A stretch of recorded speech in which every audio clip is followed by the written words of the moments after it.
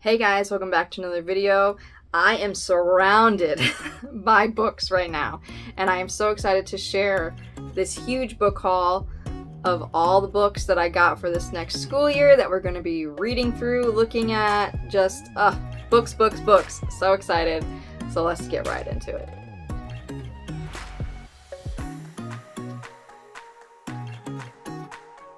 Okay, so I have a lot of books here to get through, so we're just going to get right into it. Most of these books have to do with U.S. history.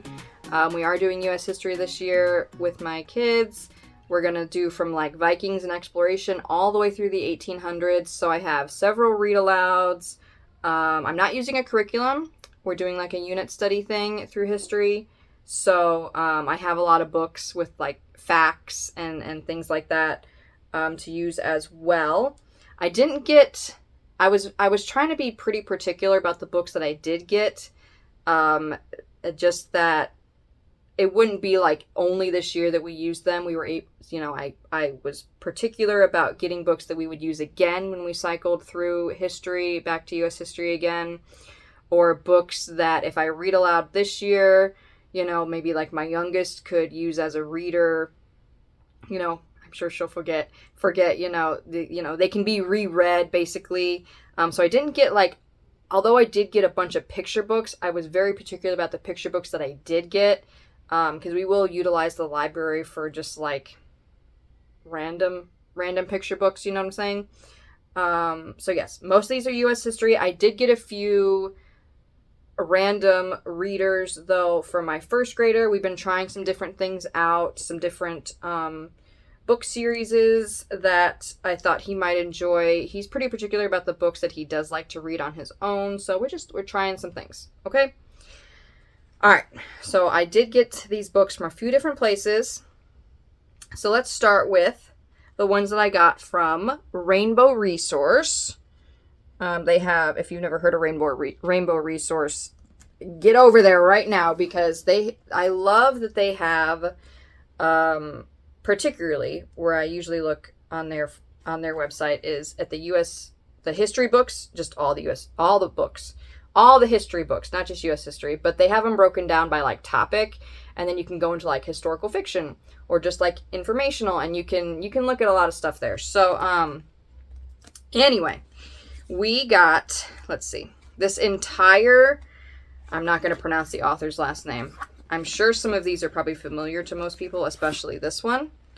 Okay, I got the entire series from this author. I'm not gonna pronounce it. Usually, when I don't know how to pronounce something, I just pronounce it phonetically.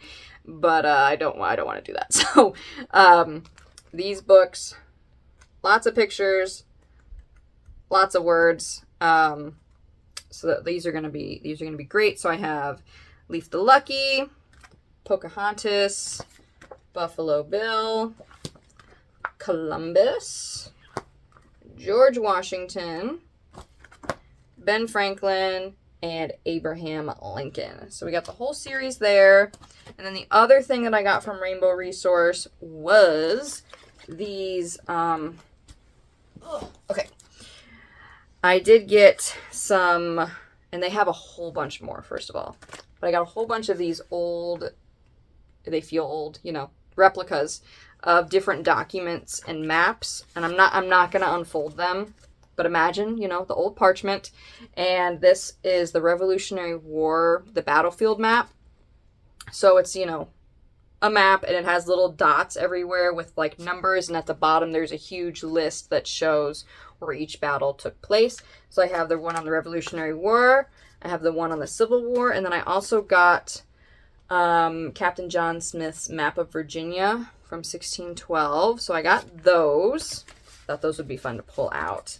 And then I also got, I'm not going to pull these out either, but it's a set of 3. The Charters of Freedom is what it's called. So I got the Declaration of Independence, the Bill of Rights, and the Constitution. And I'm just going to say, having it in this tube, I cannot tell you the number of times that I have reenacted several of the scenes from National Treasure. I'll just leave it at that. Oh, Declaration. Okay. Anyway, that's such a good movie. Okay. So those are what I got from Rainbow Resource. Now, I did get one thing from Walmart. Don't ask me why. Well, actually, I'll explain. So most of the books I actually tried to get from Barnes and Noble. I've tried to back off from Amazon because honestly, they ship their books horribly most of the time. That's been my experience. For a place that started out as like only selling books, you'd think they'd ship their books better, but they do not. So I actually got most of the books from Barnes and Noble, but they actually didn't have this whole set. They only had like a couple of the individual books, and like you can buy like the first four, I think, of the Little House in the Big Woods series. So I got the whole set. I don't know how many there are. Are there 8? 1, 2, 3, 4, 5, 6, 7. There's 9. Okay, so I got the whole set. Walmart had them. They were pretty inexpensive, or like I've seen them more expensive. I think this was like 35 or 40 maybe. And if you were wondering about how Walmart ships their books, it was wonderful. It was in bubble wrap in a box. It was so nice. So I was impressed. Okay. Although I did have to get a few things from Amazon because I either couldn't find them for some reason from Barnes and Noble, or I needed to get them here quickly because I've started organizing things. So, it's just a little stack. So this is my Amazon stack that I'm going to show you. So I got this one called North American Indians. Each page kind of goes over a different tribe, essentially. So there's that. There's a map in the beginning that shows where everybody's land was, and all that. So, okay. There's that one. I also got 2 read-alouds, The Courage of Sarah Noble. This one, based on a true story. Oh, 1707. Okay, that's when that one takes place. Some of these I've never read before, so I'm learning. Okay. This one looks so cute. It's called Ben and Me, An Astonishing Life of Ben Franklin by his good mouse Amos. And then I also saw, which I might have to get because I didn't realize there was another one. There's also one called Mr. Revere and I, and so it's Paul Revere, but it's written by his horse. So I might have to get that one because this one looks really cute now that I have it in my hands, Okay, I also got, and I haven't opened them yet, so we have a couple sets from Imagination Station. You can buy them in sets of 3 as it is, but these, you can buy them individually or like as sets of 3, like the first 3, the next 3.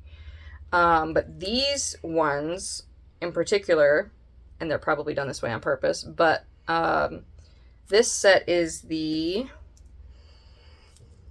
I want to get it right. This one.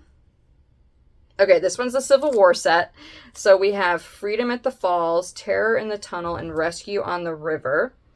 So Freedom on the Falls, they're helping guide escaping slaves along the Underground Railroad to freedom in Canada. Then Terror on the Tunnel, they're on a train with Abraham Lincoln heading to his first inauguration. And then Rescue on the River, they discover that their friend's brother is a slave in South Carolina, and they travel down the river with Harriet Tubman and help with a secret mission. Okay, so that's that set. And then we also have a Revolutionary War trilogy as well. So we have The Redcoats Are Coming, Captured on the High Seas, and Surprise at Yorktown. So the Redcoats are coming. They assist waking up the sleeping citizens of Concord in 1775 before the Redcoats come. And they meet Paul Revere, Samuel Adams, and John Hancock. And then Captured on the High Seas, there's a battle between British warships and American ships, planning a daring escape. Okay, and then the next one, Surprise at Yorktown, final battle of the American Revolution to warn General George Washington about a dangerous spy. So that's those ones. We did read one of the Imagination Station books this past year, and we loved it, so I got some more that have to do with what we're doing this year. Okay, now all these next books are from Barnes & Noble. Okay, so, like I said, few readers, like a few read-alouds, and then I got a lot of books to help us through our unit studies. But I do have, I think right on the top are all the all these ones. Okay, so I did, like I said, get 2 books just for my first grader to read. He has been liking these Step Into Reading books. He's really at like a level 3 level right now. So I did get him just like the Lego one that we didn't have. And then we're trying out a couple different book series and a few different ones. And so I'm trying out this Mighty Robot one for him. So he's very particular. He does not like graphic novels. So I have to really like look at what I'm getting him, because he has said that he does not like that at all, 0%. So I think this one might be okay for him. He liked it. He helped me like pick them out, and he does help me with that, because I'm always worried I'm going to get something that he doesn't like, and I don't want to do that. Okay, so here we go. We got big, huge visual encyclopedia of American history. That's gonna come in handy.